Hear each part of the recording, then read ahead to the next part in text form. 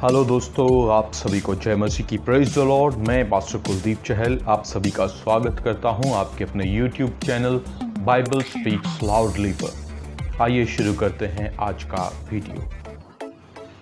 Video को शुरू करने से पहले मैं आपसे कहना चाहता हूं, अगर आप इस चैनल पर नए हैं प्लीज़ चैनल को सब्सक्राइब करें, लाइक करें और बेल आइकन को भी प्रेस करें ताकि आने वाले हर वीडियो की नोटिफिकेशन आप तक पहुंचती रहे। प्रभु आपको आशीष दें। और आज के वीडियो में हम बात करने वाले हैं मरकुस रचित सुसमाचार के बारे में, जो कि नए नियम की दूसरी पुस्तक है, जो सुसमाचारों में सबसे पहले भी लिखा गया और सबसे छोटा सुसमाचार भी है। और हम जानेंगे इसको किसने लिखा, किसके लिए लिखा गया, कब लिखा गया, क्यों लिखा गया और इसमें क्या लिखा गया। और मैं आशा करता हूं कि इस वीडियो को देखने के बाद आप मरकुस रचित सुसमाचार को कुछ और बेहतर तरीके से समझ पाएंगे। तो आइए समय ना गवाते हुए शुरू करते हैं आज का वीडियो। तो आइए चलते हैं हमारे सबसे पहले प्रश्न की ओर कि मरकुस रचित सुसमाचार को किसने लिखा। जैसे इसके नाम से ही पता चलता है, इसे मरकुस ने लिखा, लेकिन बाइबल के अंदर, वचन के अंदर किसी भी सुसमाचार लेखक ने खुद का परिचय नहीं दिया।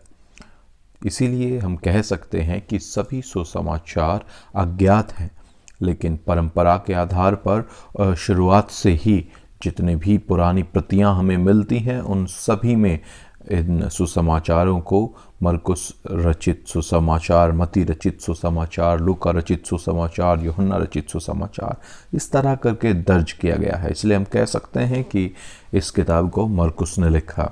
और आरंभिक कलीसिया भी यही मानती थी, और चर्च फादर पैपियस और हिस्टोरियन यूसेबियस, इन लोगों ने भी इस बात पर मोहर दी है कि इस किताब को लिखने वाला मरकुस ही था। तो आइए जानते हैं ये मरकुस या फिर जॉन मार्क जिसे कहा जाता है इंग्लिश में, वो कौन था। बाइबल में मरकुस का पहला उल्लेख हमें मिलता है प्रेरितों के काम की पुस्तक उसके 12वें अध्याय में, उसके 12 वचन में।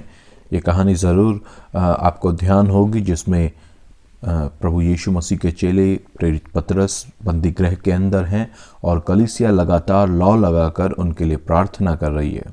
और इसी कारण एक स्वर्गदूत अद्भुत रीति से उन्हें छुड़ाने के लिए आते हैं, और जैसे ही प्रेरित पतरस बंदी गृह से रिहा होते हैं, वो उसी घर में जाते हैं जहां पर कलीसिया मिलकर उनके लिए प्रार्थना कर रही है। ये घर मरियम नाम की एक महिला का घर था, और यही मरियम मरकुस की माता थी।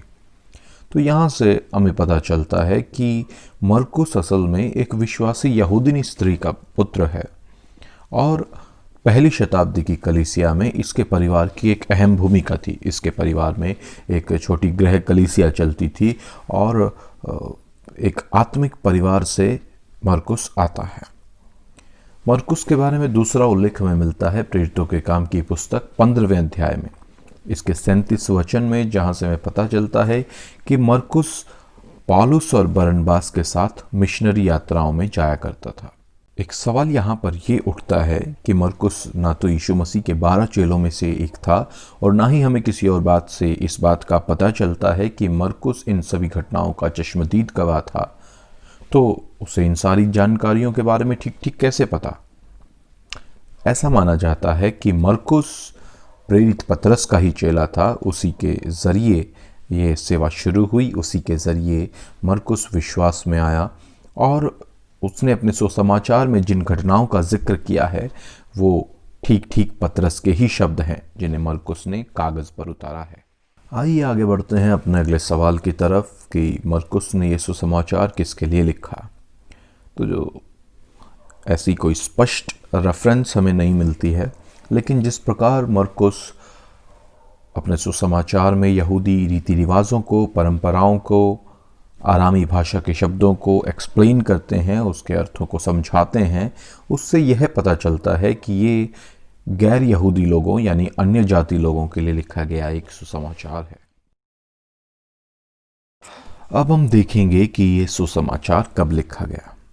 तो ज़्यादातर मसीह विद्वान ये बात पर सहमत होते हैं कि मरकुस रचित सुसमाचार सबसे पहले लिखा गया, और लगभग 60 से 70 एडी के बीच में इस सुसमाचार को लिखा गया और उसके ठीक पश्चात मत्ती रचित सुसमाचार और लूका रचित सुसमाचार लिखे गए और सबसे आखिर में यूहन्ना रचित सुसमाचार लिखा गया। और विद्वान इस बात को भी मानते हैं कि मत्ती रचित सुसमाचार और लूका रचित सुसमाचार को लिखने में मरकुस रचित सुसमाचार से ढेर सारी सामग्री ली गई है। इसी कारण मत्ती रचित सुसमाचार में इसका 90% भाग मिलता है और लूका रचित सुसमाचार में इसका 50% भाग मिलता है। हम अपने अगले प्रश्न की ओर बढ़ते हैं कि इसका लिखे जाने का कारण क्या था, पर्पस क्या था, ये क्यों लिखा गया। तो बाकी सुसमाचारों की तरह मरकुस रचित सुसमाचार भी प्रभु यीशु मसीह की जीवनी है, बायोग्राफी है। जैसा हम सोचते हैं वैसा नहीं, लेकिन ये उसके कार्यों और उसके व्यक्तित्व का उल्लेख करती है ताकि हम जान पाएं कि वही प्रतिज्ञा किया हुआ मसीहा है जो न केवल यहूदी जाति के लिए बल्कि संपूर्ण मानव जाति के उद्धार के लिए आया। ये समय है हमारे आखिरी प्रश्न के उत्तर देने का कि मरकुस रचित सुसमाचार में क्या लिखा गया। तो हम मरकुस रचित सुसमाचार का जब आंकलन करते हैं तो हम पाते हैं कि इसका 10वां अध्याय 45 वचन इसकी की वर्स है, यानी कुंजी वचन है, क्योंकि मनुष्य का पुत्र इसलिए नहीं आया कि उसकी सेवा टहल की जाए, पर इसलिए आया कि आप सेवा टहल करें और बहुतों की छुड़ौती के लिए अपना प्राण दे। यह वचन ही अपने आप में पूरे मरकुस रचित सुसमाचार को एक्सप्लेन करता है कि प्रभु यीशु मसीह किस तरह परमेश्वर की ओर से संपूर्ण मानव जाति की छुड़ौती के लिए आए, कि वो संपूर्ण मानव जाति की छुड़ौती के लिए, उनको बचाने के लिए अपना प्राण दे। और वो परमेश्वर के स्वरूप में नहीं आए, अपनी महिमा में नहीं आए, बल्कि अपनी महिमा को त्याग कर एक दास का स्वरूप धारण करके आए कि वो लोगों की सेवा टहल करे।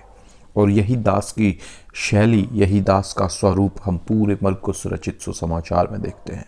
बड़े अद्भुत तरीके से मरकुस रचित सुसमाचार को लिखा गया है और बिल्कुल वंशावली और जन्म और बचपन की घटनाएं, पृष्ठभूमि, इन सब की बात ना करके सीधा यीशु मसीह के कार्यों और उसके चमत्कारों और किस तरह वो शैतान के कार्यों को नाश करते हैं, उन सब बातों पर जोर दिया गया है।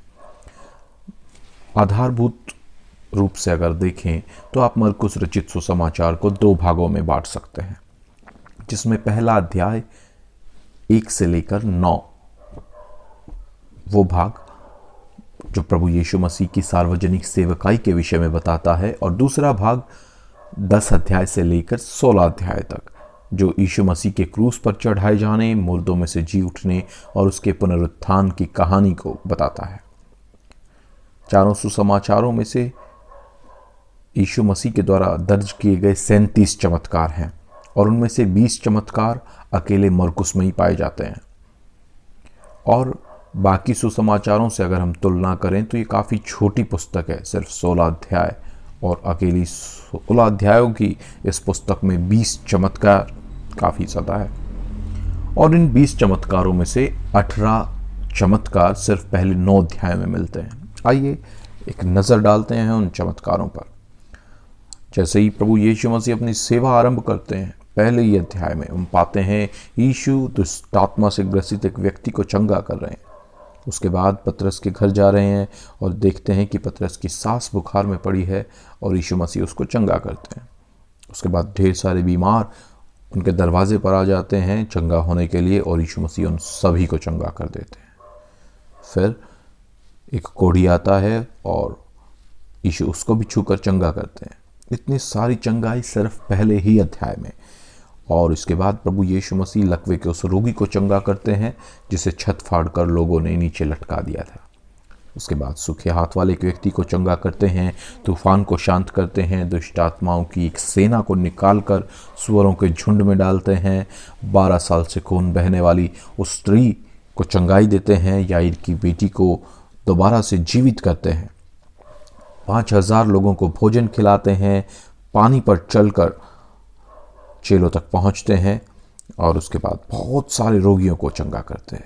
सरूफनी की जाति की जो कनानी जाति थी वो स्त्री की बेटी को चंगा करते हैं, बहरे और हकले व्यक्ति को चंगा करते हैं, 4000 लोगों को भोजन खिलाते हैं, एक अंधे को दृष्टिदान देते हैं। और उसके बाद जब रूपांतरण पर्वत से जब प्रभु यीशु मसीह नीचे आते हैं तो उधर एक पिता अपने बालक के साथ है जो दुष्ट आत्मा से ग्रसित है, और उस बालक को प्रभु यीशु मसीह चंगा करते हैं। इतनी सारी चंगाइयाँ ये सब आपको मिलती हैं सिर्फ 1 से लेकर 9 अध्यायों में। इसके बाद 10वें अध्याय से हम पाते हैं कि प्रभु यीशु मसीह यरूशलेम में आते हैं, जहां फरीसियों से उनका वाद विवाद होता है, और फरीसी यीशु से उसके अधिकार के विषय में प्रश्न करते हैं और उसको मारने का षड्यंत्र रचते हैं। और उसके बाद प्रभु यीशु मसीह को क्रूस पर चढ़ा दिया जाता है, परंतु तीसरे दिन मृतकों में से यीशु जी उठते हैं, और मृतकों में से जी उठकर मरियम मगदलीनी को और अपने चेलों पर प्रकट होते हैं, और उसके बाद अपने चेलों को महान आदेश देते हैं कि जाओ और सारे जगत में जाकर यीशु का सुसमाचार प्रचार करो।